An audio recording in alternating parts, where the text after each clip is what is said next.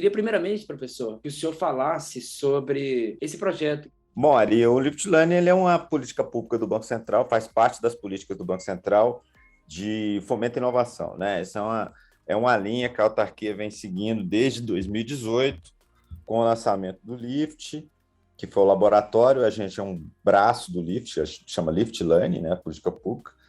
Foi lançado em novembro de 2019. A partir daí, o Banco Central tem outras iniciativas, né? Sandbox, o próprio Open Banking, etc. Então, o que consiste essa iniciativa? Consiste em fomento de ecossistema de fintechs, né? Que são startups do setor financeiro.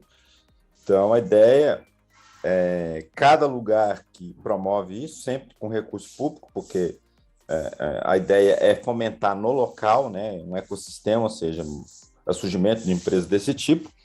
Então, aqui no DF, como é que o programa funciona? A gente pareia empresas, ideias de empresas do setor financeiro, com equipes de estudantes. Essas empresas fazem mentoria para os estudantes durante esse período. Os estudantes recebem bolsa aqui em Brasília. Essas bolsas são da FAPDF. Eu queria que você explicasse de que forma esse projeto ele fomenta essas empresas. Na verdade, você teve, com a pandemia especificamente, você teve uma intensificação do processo de digitalização da economia, né? Então, as pessoas evitaram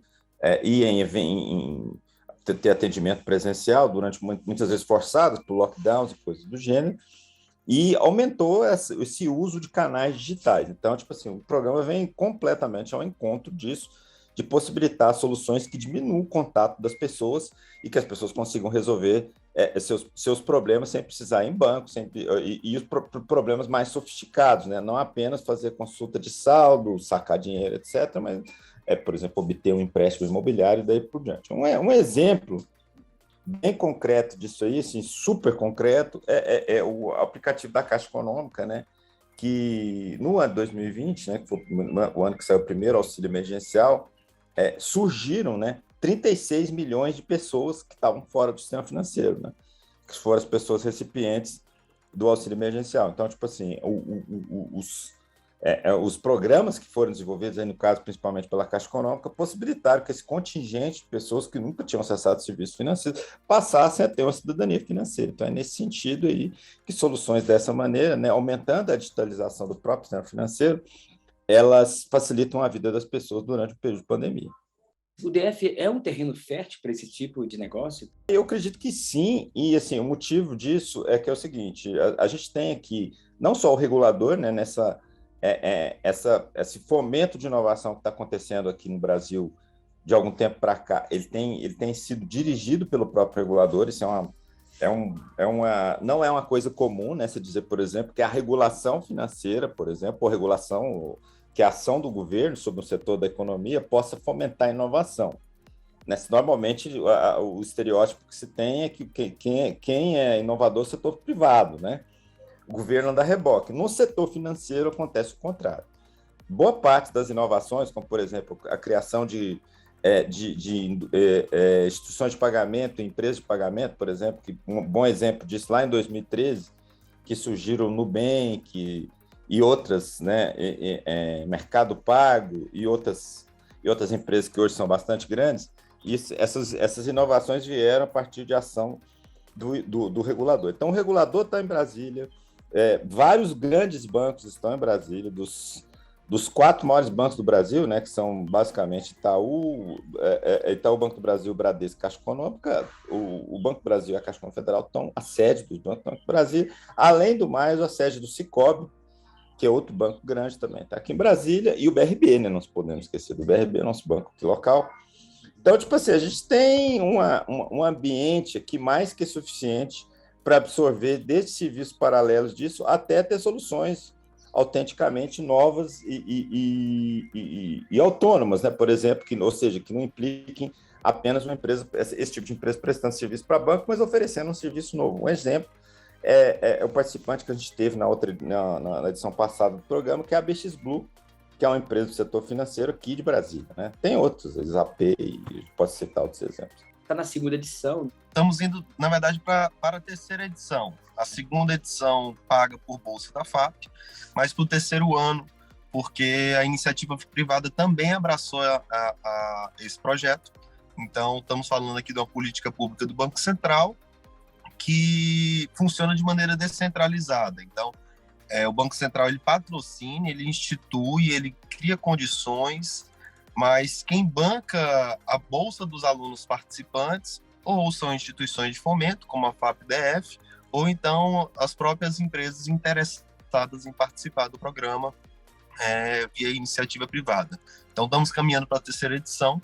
Esse projeto, como o professor Ricardo falou muito bem, o Ricardo também é um dos idealizadores desse projeto, ele tem um objetivo muito claro para a população, tá?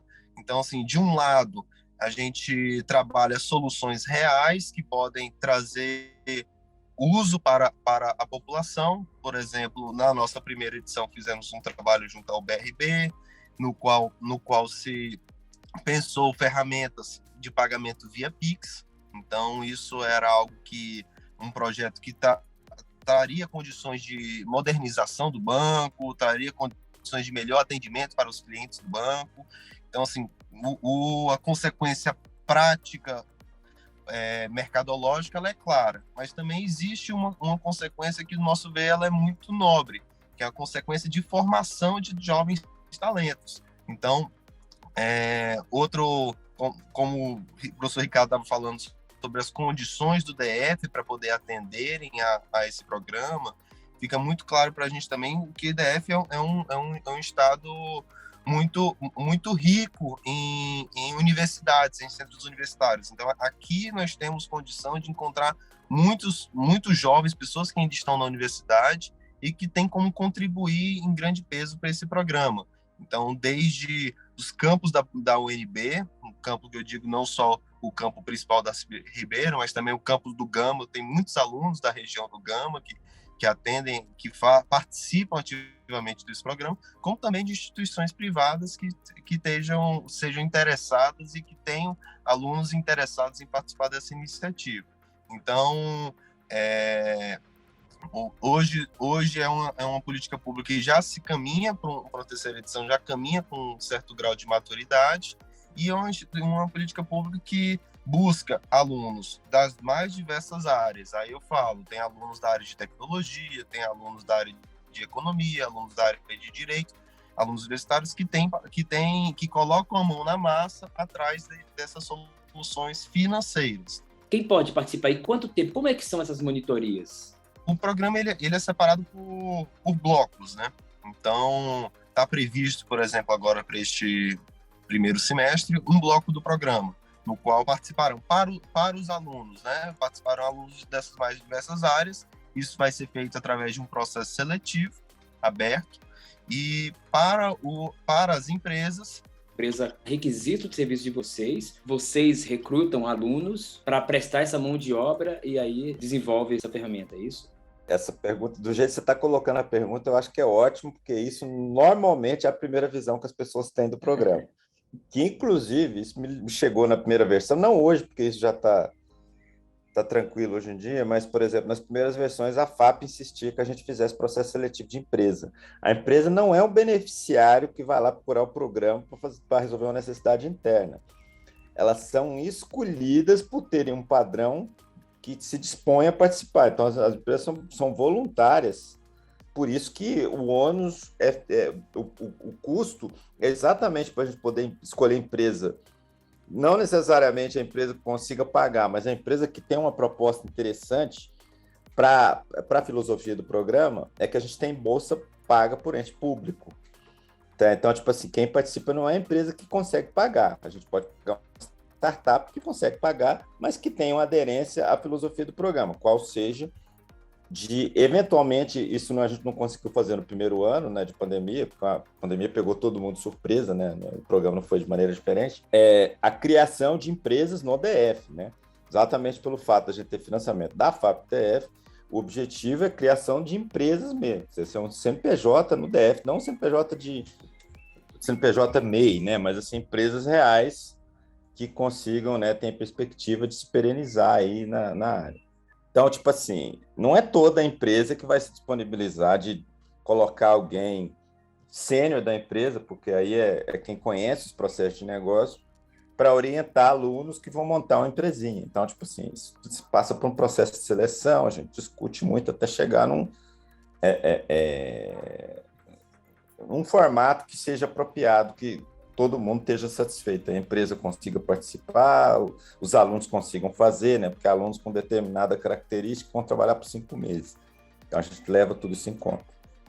Quem montaria essas empresas, no caso, seriam os próprios alunos? Os alunos vão ter toda a estrutura para isso, né? Então, tipo assim, vão ter assessoria jurídica, vão ter assessoria. Os projetos vão começar com o que a gente chama do memorando de intenções, né? Que em inglês isso chama MOU, é um dos documentos, né? Memorandum of Understanding, né?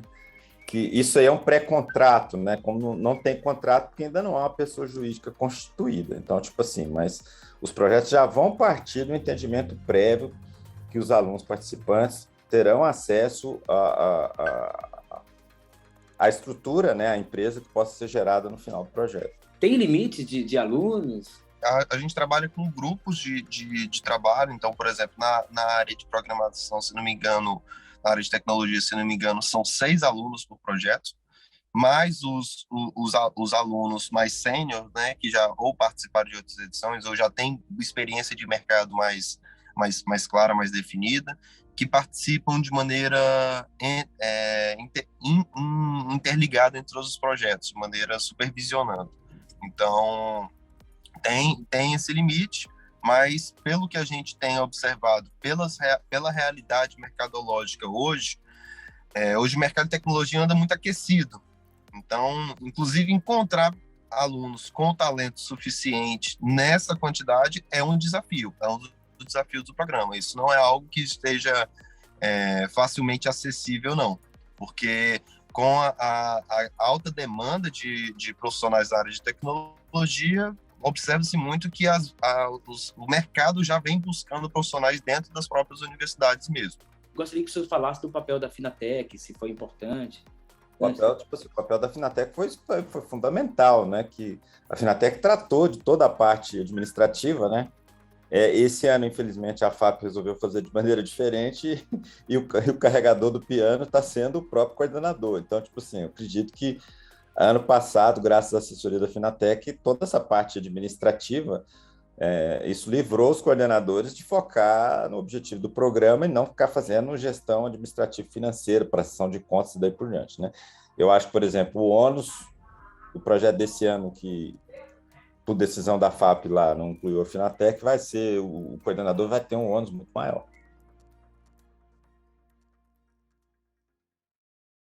Finatec, da boa ideia ao grande impacto.